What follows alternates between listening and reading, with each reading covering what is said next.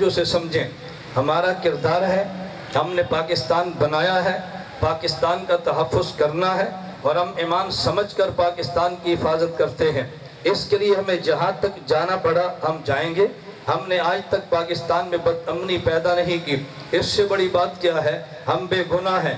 3 ماہ جیل کاٹتے ہیں، پھر بھی نہیں کرتے، پھر بھی احتجاج نہیں کرتے، پھر بھی ملک کو ان خطرناک حالات میں نہیں دھکیلتے. کیوں؟ ہم نہیں سمجھتے پاکستان کو تماشا بنائیں، ہم نہیں سمجھتے غیر کو ہنسنے کا موقع دیں. ہم چاہتے ہیں کہ ہم سب پاکستان کے تحفظ کے لیے ہم متحد ہو جائیں. خواہ وہ علماء ہوں، خواہ وہ پروفیسر ہوں، خواہ وہ وکلاء ہوں، خواہ وہ ڈاکٹر ہوں، خواہ وہ افسران ہوں، خواہ وہ سیاستدان ہوں، خواہ پاکستان کی خفیہ ایجنسیز ہوں. ہم آج سب عہد کرتے ہیں کہ ہم انشاءاللہ پاکستان کے تحفظ کے لیے سب ایک ہے. انشاءاللہ ایک ہے نا بھائی؟ ہاتھ کھڑے کر کے ہم سب پاکستان کے تحفظ کے لیے ایک ہیں. پھر میری آپ سے گزارش ہے، باہمی جنگ چھوڑو.